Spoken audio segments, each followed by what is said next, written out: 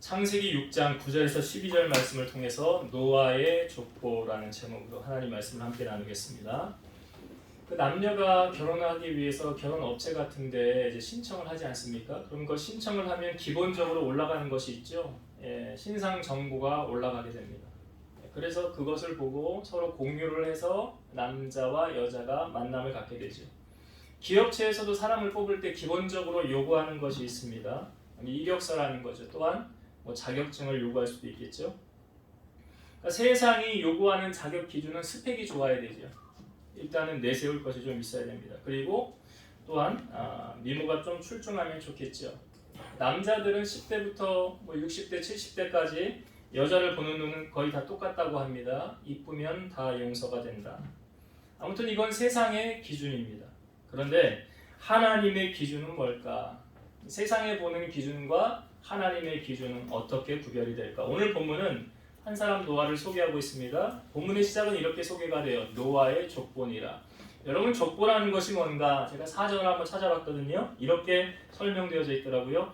가문의 내력과 계통 등을 정리한 책, 부연 설명으로 한 가문의 계통과 혈통 관계를 적어 기록한 책.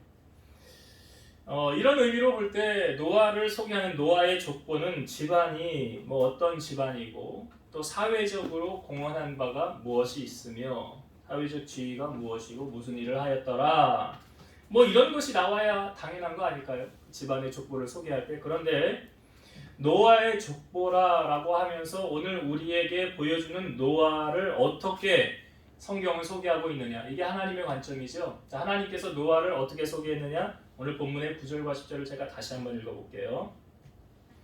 이것이 노아의 족보니라. 노아는 의인이요 당대의 완전한 자라. 그는 하나님과 동행하였으며 세 아들을 낳았으니 셈과 함과 야벳이라.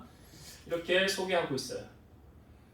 자, 하나님의 시선으로 보는 족보는 세상의 시각과 다르다는 것을 우리에게 보여주고 있죠.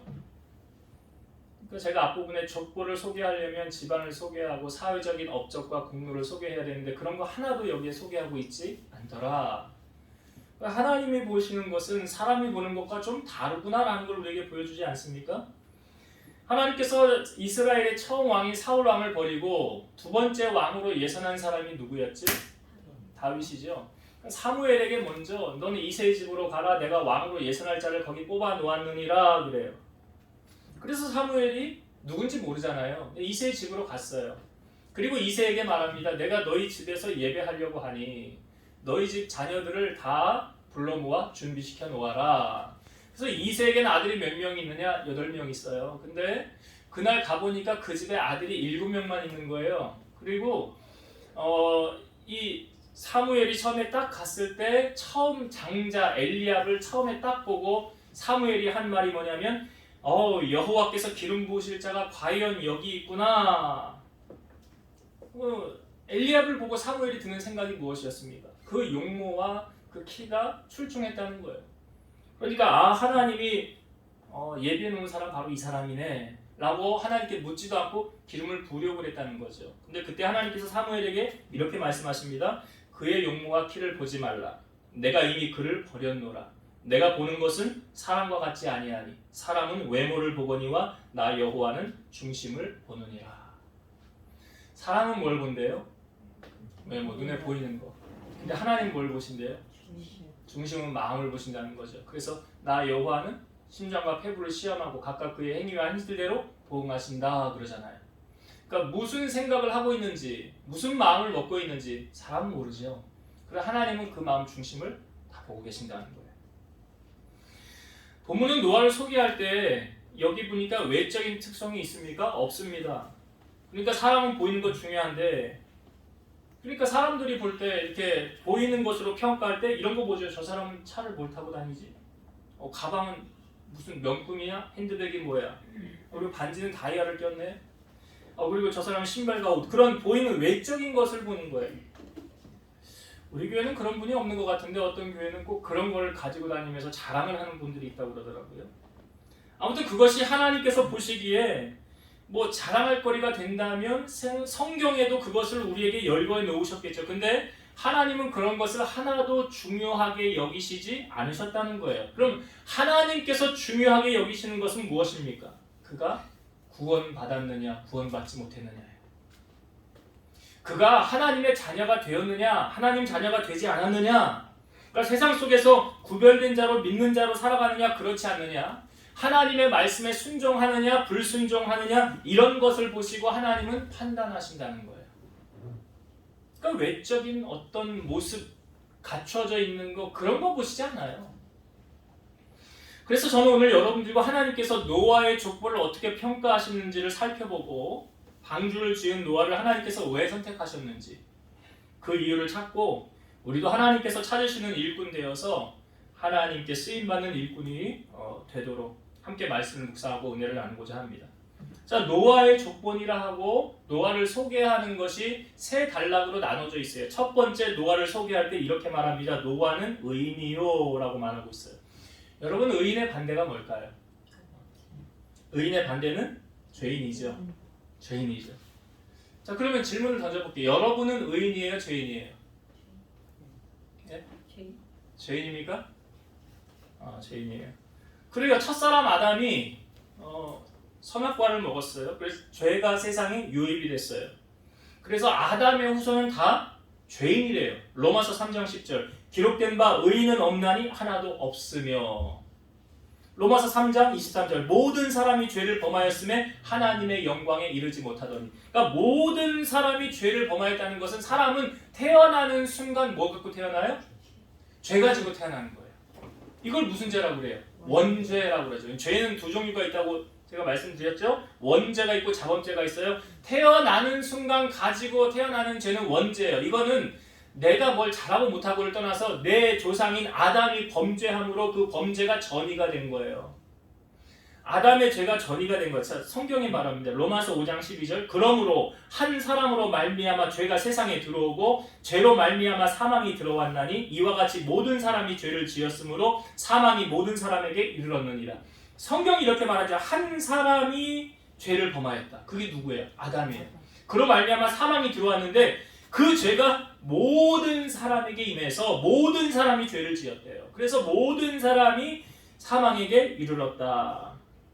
그럼 여러분, 태어날 때 죄를 가지고 태어났는데 이 죄를 가지고 살다가 죄 해결받지 못하고, 쉽게 말해서 죄사함 받지 못하고 그냥 죽으면 이 사람은 자기의 그 잘하고 잘못한 거와 상관없이 이 죄로 말미암아 영원히 꺼지지 않는 불에 들어가는 거예요. 이 죄는 원죄라고 그랬죠.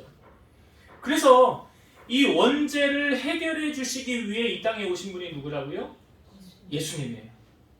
로마서 5장 19절 한 사람이 순종하지 아니함으로 많은 사람이 죄인 된 것 같이 한 사람이 순종하심으로 많은 사람이 의인이 되리라. 한 사람의 죄로 인해 모든 사람이 다 죄를 지었어요. 그런데 한 사람의 순종하심으로 많은 사람이 의인이 되리라. 그 한 사람은 누구예요? 예수님 말하는 거죠. 로마서 5장 9절 그러므로 이제 우리가 그의 피로 말미암아 의롭다 하심을 받았으니 더욱 그로 말미암아 진노하심에서 구원을 받은 것이니. 그의 피로 말미암아 의롭게 되었다. 성경에 보면 여러분 피 흘림이 없은즉 사함이 없느니라 그랬어요. 그래서 구약시대 제사 원리가 뭐예요? 내가 죄를 지었으면 짐승을 가져와서 손을 얹고 이 짐승이 피 흘려서 대신 죽어요. 그러므로 나의 죄가 전이가 돼서 사함받는 원리거든요. 그런 것처럼 예수님께서 세례 요한이 보라 세상 죄를 지고 가는 하나님의 어린 양이로다라는 표현을 했잖아요. 그러니까 예수님께서 십자가를 피 흘리심으로 말미암아 누구의 죄가 사함받은 거예요? 우리의 죄. 나의 죄가 사함받은 거예요. 그러니까 예수님의 보혈이 아니고는 누구도 그 원죄를 사함받을 수 없다는 거죠. 로마서 3장 24절 그리스도 예수 안에 있는 성령으로 말미암아 하나님의 은혜로 값없이 의롭다 하심을 얻은 자 되었느니라. 여기 예수님의 성령이 피 흘리신 사건이죠.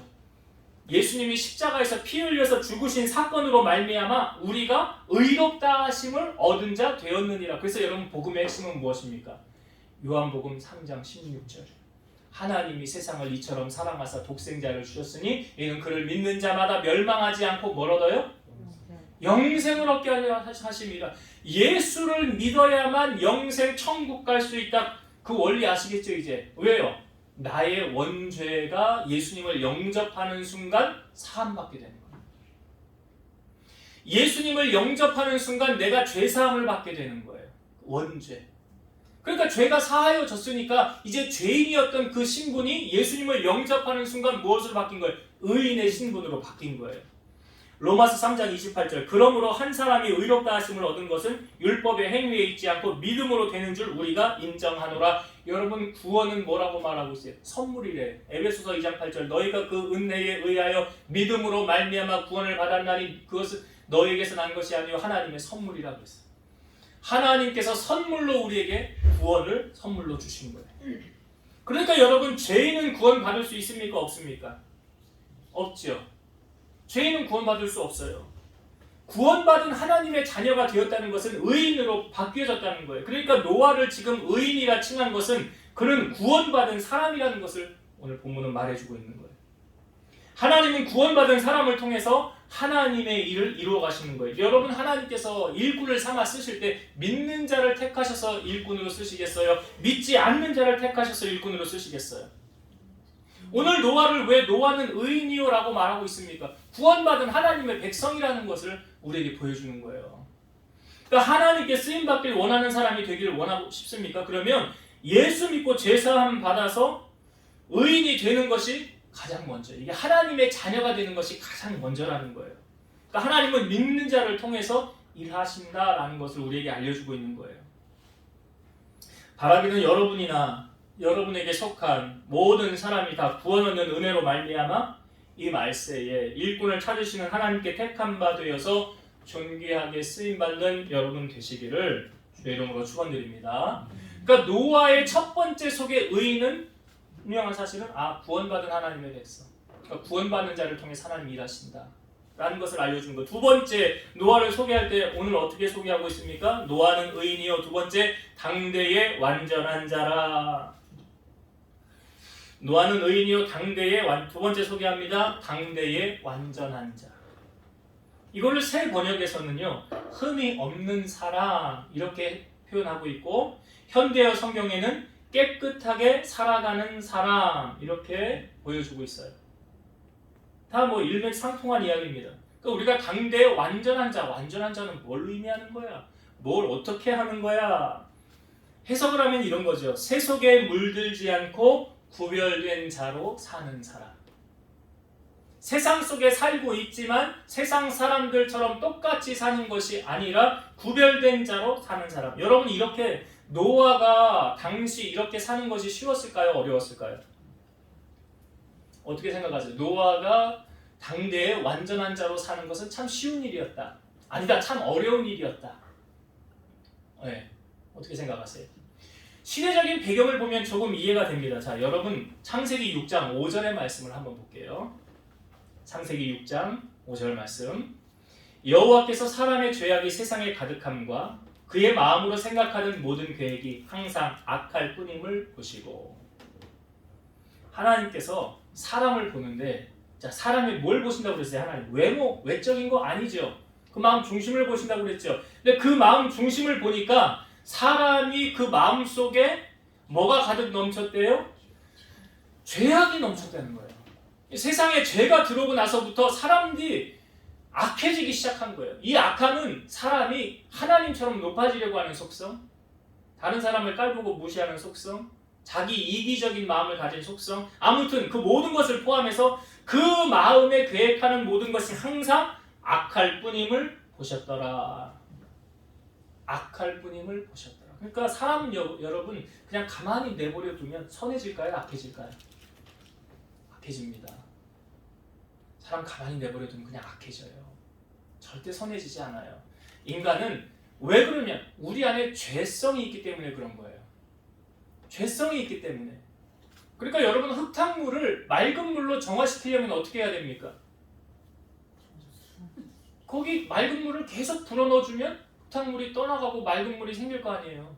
그러니까 우리 안에 이 죄성이 자꾸 사라지고 없어지게 하려면 하나님의 말씀으로 충만하게 채울 때 우리 안에 악함 떠나가고 하나님의 말씀에 사로잡힌 사람이 되어질 수 있는 거죠. 그러니까 노아가 지금 이렇게 살아가는 건, 완전한 자로 살아가는 건 결코 쉬운 일이 아니에요. 여러분 보세요. 여러분 세상 속에 나아가면 죄 짓기가 쉽습니까? 죄 안 짓기가 쉽습니까? 죄 짓기가 쉽잖아요. 그러니까 오늘날도 별 다르지 않아요. 노아의 시대와 별 다르지 않아요. 야곱이라는 사람이 참 야곱이 험악한 세월을 보낸 사람 중에 한 사람인데 그 야곱이 아버지를 속이고 형 몰래 장자의 축복권을 받죠. 엄마가 시킨 대로 해서 축복권을 받았는데 결과가 이제 그 에서가 형이 돌아와서 그 사실을 알고 동생을 죽이려고 그러잖아요. 그러니까 동생이 엄마가 너 외삼촌 집에 가 있어. 내가 나중에 사람 보내서 다시 돌아오게 할게. 근데 엄마가 사람을 나중에 보냈어요, 안 보냈어요? 안 보냈잖아요. 근데 하나님께서 이제 때가 됐으니 너 이제 돌아가라. 그래서 돌아가려고 하는데 이제 그 종들을 보내어서 먼저 에서의 그 살펴야 되잖아요. 동태를 살피기 위해서 에서가 어떻게 하고 있냐? 그러니까 400명을 이끌고 나온대요. 그러니까 야곱이 심히 두렵고 답답했더라라고 성경에 표현하잖아요. 그래서 이 문제를 어떻게 해결할까? 이제 야곱이 잔머리에 능한 사람 아닙니까? 다 잔머리를 피우는 거예요. 아, 내가 그 두 대를 안 했다가 앞에 대를 치면 뒤에는 도망가자. 그렇게 생각했다가 또 생각이 바뀌죠. 야곱이 계속 소설을 쓰는 거예요, 머릿속으로. 어떻게 쓰셨습니까? 형의 마음을 녹이는 것은 돈보다 더 좋은 게 없어. 그러니까 뇌물을 줘야 되겠다. 이거면 다 넘어가더라. 그래서 야곱이 종들을 시켜서 먼저 형에게 뇌물 작전을 피죠. 그래서 생각이 뭐예요? 형이 이걸 받으면 마음이 누그러져서 이제 나를 받아줄 거다라고 생각을 한 거예요. 그래서 뇌물 작전을 야곱이 핀 거 아닙니까? 그러면서도 세 대로 나뉘잖아요. 처음에 그래도 와서 치면 도망가려고. 그런데 야곱이 결정적으로 변화된 사건이 어디입니까? 야복 강가에서 천사와 씨름하는 장면 나오죠. 얼마나 치열하게 전투를 했습니까? 당신이 나를 축복하지 않으면 내가 당신을 보낼 수 없다고 그러잖아요. 그러니까 네 이름이 뭐냐? 야곱이라고 그러니까 너 이름이 야곱이라 하지 말고 이제 이스라엘이라 하라. 네가 사람이 하나님과 겨루어 이겼습니다라고 말하죠. 그리고 그곳의 이름을 분이엘이라 내가 하나님을 대면하여 보았다는 거잖아요. 그리고 야곱이 확신을 얻은 다음에 그 다음에 야곱의 행동이 어떻게 바뀝니까? 제일 야곱이 앞으로 가서 에서를 맞잖아요. 그전에는 어떻게 하려고 그랬어요? 계속 도망가려고 그랬죠. 뒤에서 앞에 치면 도망가자. 그러던 야곱이 하나님을 만나고 나니까 근데 중요한 건 뭐예요? 신앙생활하면서도 중요한 건 하나님 만나는 거죠. 그러니까 하나님을 만나는 사람은 담대함이 생기죠. 그리고 에서 앞에 제일 먼저 가서 이미 왜 야곱에게는 그런 확신이 있었잖아요. 성경에도 보면 하나님과 화목하면 그 사람의 원수라도 더불어 하나님이 화목하게 하시느니라. 그러니까 원수와 화목하는 비결은 뭐냐? 하나님과 화목하는 게 먼저라는 거죠. 그러니까 하나님과 화해하고 나니까 야곱의 문제가 그렇게 에서와 문제가 풀렸다는 거 아닙니까? 그리고 나서 야곱이 그 세겜이라는 땅에 머물게 돼요. 그 세겜이라는 곳에 머물면서 야곱에게 어떤 일이 생기냐면 야곱에게는 딸이 하나 있어요. 아들은 12명인데 딸이 하나 있어요. 그러니까 딸이 얼마나 귀할까요? 근데 그 딸 디나가 그 세겜 지역의 딸들을 보러 나갔다가 그 세겜 지역의 추장에게 강간을 당합니다. 그리고 집에 갇혀 있게 돼요. 그러면서 이 세겜이 이 아내하고 나 결혼하게 해달라고 아버지에게 부탁을 합니다. 그러니까 그 아버지하고 세겜하고 야곱을 찾아가요. 당신 딸이 우리 집에 있는데 나 그 딸하고 결혼하게 해달라고. 우리 집안 며느리 되게 해달라고. 그랬더니 그 야곱의 아들들이 뭐라고 그러냐면 그럼 당신들 남자들 다 할례를 행하십시오. 그러면 우리 딸을 당신들에게 주겠습니다. 그러니까 남자들이 세겜의 추장이니까 그 남자들에게 다 얘기하니까 좋게 여겼고 사실은 그들은 어떤 목적도 있었냐면 야, 저 사람들 재산 우리가 다 빼앗아 버리자라는 그런 계획도 갖고 있었다는 거예요. 그 남자들이 다 할례를 행한 다음에 야곱의 둘째와 셋째 시므온과 레위가 가서 그 당시 남자들을 다 죽입니다. 그리고 갇혀있던 디나를 집에서 끌고 집으로 돌아와요. 그리고 났을 때 야곱이 너희들 왜 이런 일을 행하냐고 그러죠. 왜 내게 나로 이렇게 곤란하게 하냐. 그러한 시점에 하나님께서 야곱에게 나타나셔서 하셨던 말씀이 뭐냐. 이렇게 말씀하셨어요. 일어나 베델로 올라가서 거기 거주하며 네가 네 형 에서의 낯을 피하여 도망하던 때에 너에게 나타났던 하나님께 거기서 제단을 쌓으라. 그러니까 하나님께서 야곱에게 원하시는 것은 무엇입니까? 베델에 거하는 거였어요. 그런데 야곱이 지금 형과의 문제를 화해하고 난 후에 어디 거했습니까? 세겜이라는 지역. 그러니까 하나님이 원하는 곳은 세겜이 아니라 베델이었어요. 그러니까 베델로 올라갔어야 돼요. 그런데 야곱이 그만 거기서 마음을 놓고 거기서 정착을 하려고 했던 거죠. 그러니까 하나님이 그것을 원하지 않으셨던 거예요. 그래서 어떤 일이 벌어진 거예요. 그 딸 디나가 강간을 당하고 두 아들이 살인자가 된 거 아닙니까? 그러니까 야곱은 베델에서 그 외삼촌 집에 가기 전에 돌베개를 베고 취하여 잘 때 사닥다리가 위로 쭉 올라가면서 천사가 오르락내리락 하면서 하셨던 하나님의 말씀이 무엇입니까? 내가 너로 하여금 반드시 이리로 돌아오게 할 것이라. 내가 너에게 행한 그 약속을 이루기까지 내가 너를 떠나지 아니하리라.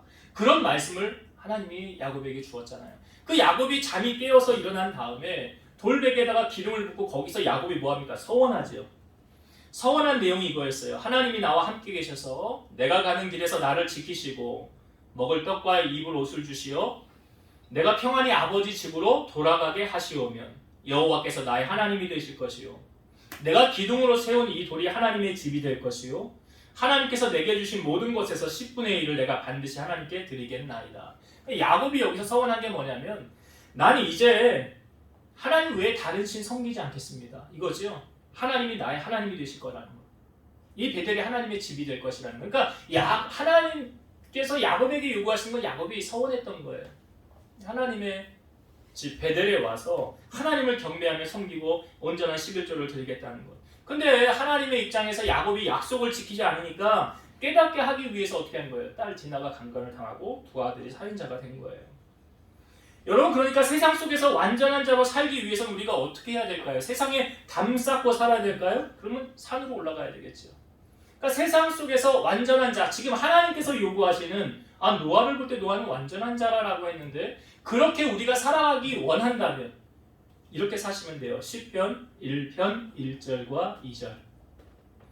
복 있는 사람은 악인들의 꾀를 따르지 아니하며 죄인들의 길에 서지 아니하며 오만한 자들의 자리에 앉지 아니하고 오직 여호와의 율법을 즐거워하여 그의 율법을 주야로 묵상하는도다.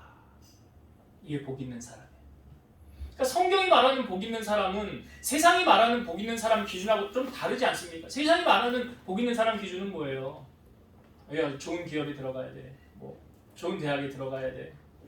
아무튼 세상 속에서 떵떵거리고 살려면 그런 것을 요구하고 있지만 하나님이 요구하시는 복 있는 사람의 기준은 전혀 다르더라. 그러니까 이걸 보면서 우리가 나시린처럼 살아야 되겠구나. 여러분, 나시린을 이렇게 딱 보면 티가 나잖아요. 머리가 기네? 저 사람 나시린이잖아. 그럼 우리가 세상 속에서 저 사람 크리스찬이구나. 구별된 자라고 한다면 저 사람 크리스찬이구나. 근데 여러분, 교인들이요 떳떳하게 나 크리스찬이에요. 나 교회 다니는 사람이에요. 교인이에요. 떳떳하게 드러내놓습니까? 아니면 숨기는 경우가 많습니까? 숨기는 건 왜 숨길까요? 답은 본인들이 잘 아실 것 같아요.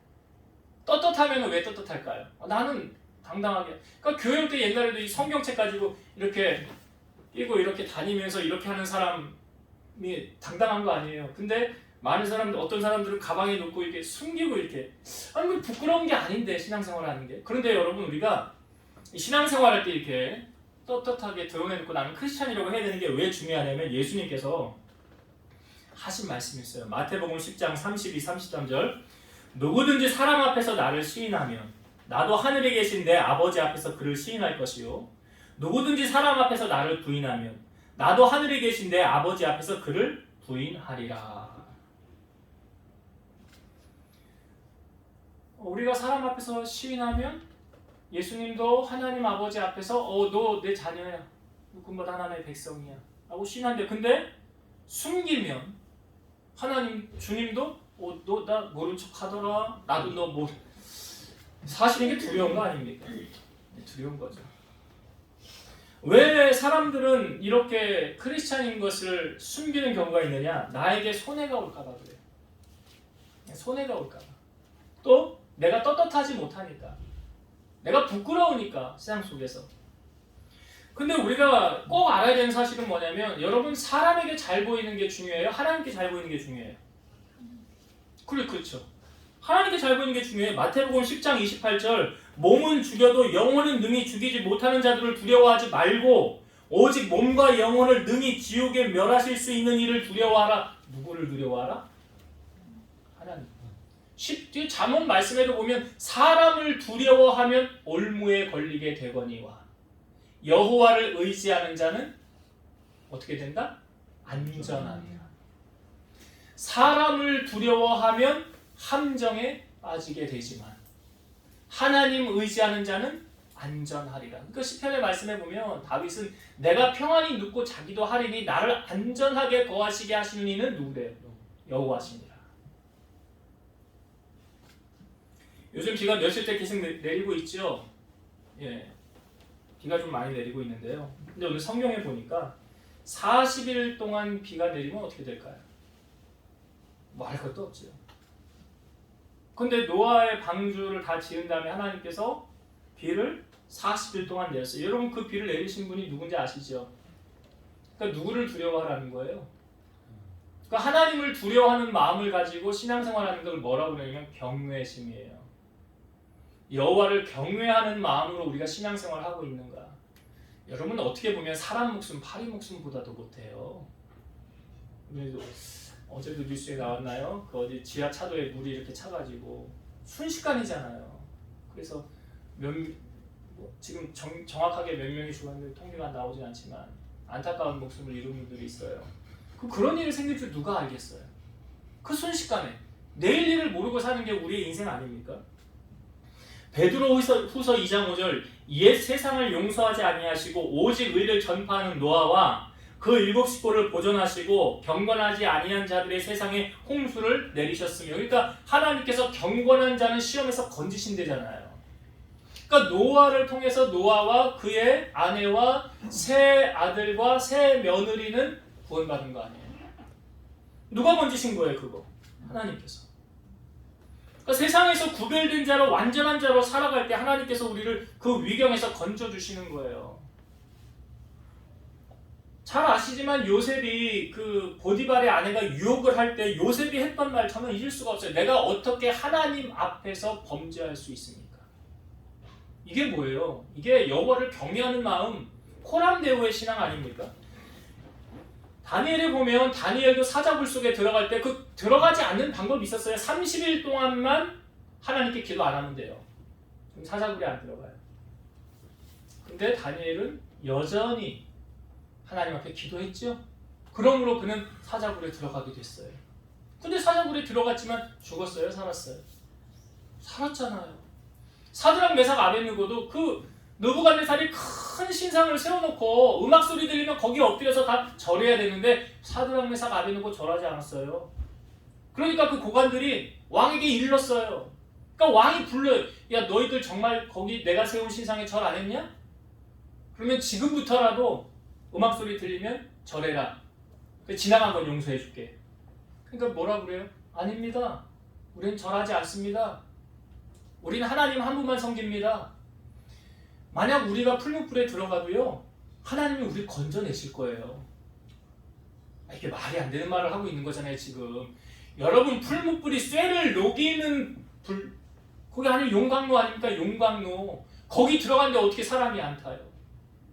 근데 덧붙여서 한 말이 뭐냐면 설령 하나님께서 우리를 구원하지 않는다 할지라도 그리 아니하실지라도 나는 하나님만 섬기겠습니다.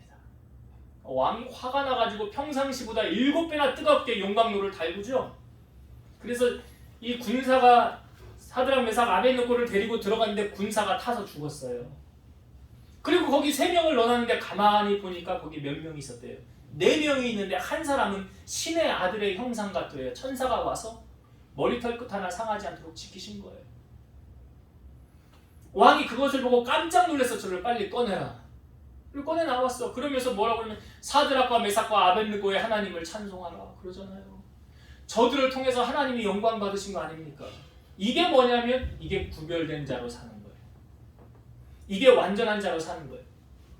내가 저 사람한테 못 보이면 나 손해보는 거 많아. 저 사람한테 잘 보여야 돼. 성경이 분명히 말하죠. 누구를 두려워하라? 몸과 영혼을 능히 지옥에 멸하실 수 있는 이를 두려워하라. 여러분들이 두려워할 대상은 한 분밖에 없어요. 하나님. 착각하지 마세요. 저 사람이 내 물주인데 저 사람에게 잘 보여야 되는데 성경에 보면 잘 성경을 모르는 사람이 그러는 거예요. 왕의 마음이 하나님의 손 안에 있대잖아요. 왕의 마음이 하나님의 손 안에 있대요. 그 나를 주관하는 그 왕의 마음을 누가 잡고 있느냐? 하나님이 잡고 계신다고요. 그러니까 왕을 두려워하지 말고 하나님을 두려워하라. 그렇게 하나님을 두려워하며 사는 사람이 어떻게 사는 거예요? 완전한 자로 사는 거예요. 세상 속에서. 노아가 그렇게 사는 거예요. 그러니까 오늘 하나님께서 우리에게 그렇게 살라고 지금 요구하고 계시는 거 아닙니까? 세상을 따르지 말고 하나님이 원하시는 그 기준, 그 원칙대로 살아가는 자. 세상 속에서 그 죄의 달콤함의 유혹에 넘어가는 자가 아니라 구별된 자로 살아가라. 이게 완전한 자로 사는 거예요. 이게 두 번째 노아를 소개할 때 우리에게 보여주는 것이고, 마지막 세 번째 노아를 어떻게 소개합니까? 그는 하나님과 동행하였으며. 그는 하나님과 동행하였더라. 여러분, 하나님과 동행했다는 거 어떻게 해석을 하면 될까요? 근데 여러분, 노아를 소개하기 전에 먼저 하나님과 동행한 사람이 있었어요. 누구죠? 에녹이죠. 자, 성경을 한번 봅시다. 창세기 5장 21절부터 창세기 5장 21절부터 24절의 말씀을 제가 읽어볼게요. 에녹은 65세에 무드셀라를 낳았고 무드셀라를 낳은 후 300년을 하나님과 동행하며 자녀들을 낳았으며 그는 365세를 살았더라. 에녹이 하나님과 동행하더니 하나님이 그를 데려가심으로 세상에 있지 아니하였더라. 여기 보니까 22절에 그 무드셀라를 낳은 후에 300년을 하나님과 동행했대요. 그리고 뒤에 또 자녀를 낳았다는 거죠. 그래서 365세를 살았대니까 365세 하면 1년이 며칠이에요? 365일이잖아요. 1년 365일 참 성경의 숫자가. 그러니까 매일매일을 동행했다는 거죠. 365일, 365세. 365세를 살았다는 것은 365세에 죽었다는 것이 아니라 365세에 하나님이 그를 하늘로 데려가셨더라. 그죠? 하나님이 그를 데려가셨더라. 하나님과 동행하더니 데려가셨대요. 그리고 노아도 오늘 소개할 때 그는 하나님과 동행하였으며. 여러분, 그럼 하나님과 동행했다는 걸 우리가 어떻게 해석을 해야 될까? 자, 요한복음 1장 1절의 말씀. 태초에 말씀이 계시니라. 이 말씀이 하나님과 함께 계셨으니 이 말씀은 곧 하나님이시라. 말씀이 뭐래요? 하나님. 그럼 하나님과 동행했다라는 것은 말씀과 동행했다는 거죠. 그게 맞잖아요. 그 연결이 있어요. 하나님이 말씀이래. 그 하나님과 동행하는 것은 하나님 말씀대로 살았다. 그러면 자, 오늘 성경을 통해서 노아는 하나님과 동행했다라고 하고 있는데 증거를 해주는 말씀이 있죠. 자, 창세기 6장 22절을 한번 보세요. 창세기 6장 22절 마지막 절이에요. 여러분, 방주의 모든 것을 누가 설계하셨냐면 하나님이 설계하셨어요. 그리고 노아에게 하나님이 이렇게 해라, 방주를 지어라 라고 명령하셨어요. 자, 6장 22절. 노아가 그와 같이 하여 하나님이 자기에게 명령하신 대로 다 준행하였더라. 하나님께서 명령하신 대로 다 준행했더라라는 것은 말씀대로 살았더라라는 거죠. 말씀대로 살았다는 것은 그가 하나님과 동행했다는 거예요. 자, 한 군데 더 봅시다. 창세기 7장 5절. 창세기 7장 5절. 노아가 여호와께서 자기에게 명하신 대로 다 준행하였더라. 노아가 하나님께서 명하신 대로 다 준행하였더라. 그러니까 하나님과 동행한다는 것은 다시 말씀드리면 하나님의 말씀에 순종한다. 그러니까 노아는 하나님의 말씀에 순종했죠. 그러니까 하나님과 동행하는 거예요. 여러분들에게 하나님이 나타나셔서 산꼭대기에 방주를 만들어라 하면 순종할 사람이 얼마나 되겠어요? 우리는 내 상식선에서 이해가 되면 하나님의 말씀을 믿고 이해가 안 되면 안 따르는 경우가 얼마나 많은지 몰라요. 그러니까 순종을 안 하는 거예요. 여러분, 사가랴와 엘리사벳 아시죠? 누가복음 1장에 나오는 사건이에요. 이 사람을 소개할 때 하나님 앞에 의인이고 주의 모든 계명과 규례대로 흠이 없이 행하더라 그랬어요. 그러니까 이것이 하나님과 동행한 삶 아닙니까? 주의 말씀대로 살아가는 삶. 이게 동행하는 삶이에요. 근데 엘리사벳은 잉태를 못해서 임신을 못해서 자식도 없었어요. 근데 두 사람의 나이가 많았어요. 근데 사가랴가 제사장이었는데 제사장 직무를 하려고 들어갔는데 그 향단 오른편에 주의 사자가 나타났어요. 천사가 나타나는 거예요. 깜짝 놀란 거예요. 사가랴가 보고. 근데 그 천사가 사가랴에게 이렇게 말하는 거예요. 사가랴야, 무서워하지 말라. 너의 간구함이 들린지라.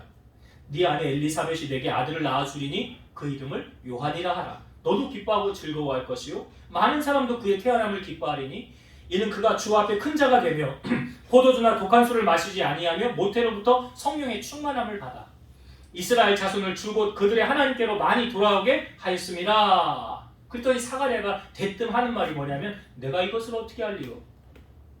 내가 늙고 아내도 나이가 많습니다.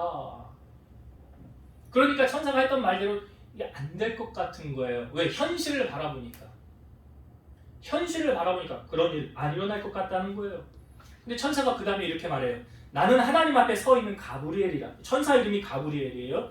이 좋은 소식을 전하여 네게 말하려고 보내심을 바라노라. 보라, 이 일이 되는 날까지 네가 말 못하는 자가 되어 능히 말을 못하리니 이는 네가 내 말을 믿지 아니함이거니와 때가 이르면 내 말이 이루어지리라. 그래서 사가랴가 나왔는데 말 못하는 자가 됐지요. 그런데 엘리사벳이 임신을 해서 이제 나중에 아이가 태어났을 때 이름을 뭐라고 하냐? 아버지 이름 따라 되게 이스라엘을 짓는데 서판을 달라, 칠판 달라고 해서 이름을 뭐라고 썼어요? 요한이라고 쓰는 순간 입이 딱 열리게 됐잖아요. 사가랴가 입이 열려서 제일 먼저 한 말이 뭐냐면 하나님을 향하여 찬송하고 하나님께 영광을 돌렸다는 거예요. 그러니까 여러분, 하나님은 능치 못하심이 없는데 우리가 믿지 못하는 거 아니에요?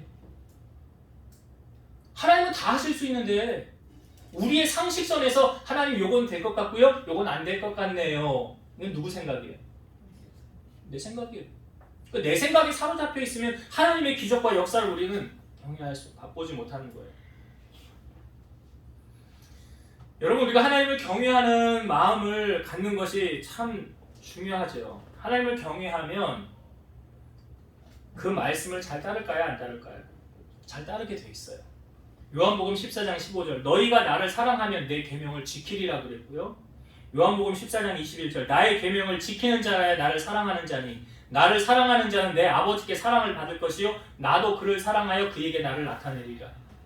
그러니까 계명을 지킨다는 것, 계속 지금 노아를 통해서 이 계명을 지키는 것, 말씀대로 사는 게 곧 뭐 하는 거다? 하나님과 동행하는 삶이다. 이게 하나님과 동행하는 삶이에요. 그러니까 하나님 사랑하면 하나님 말씀대로 살아요.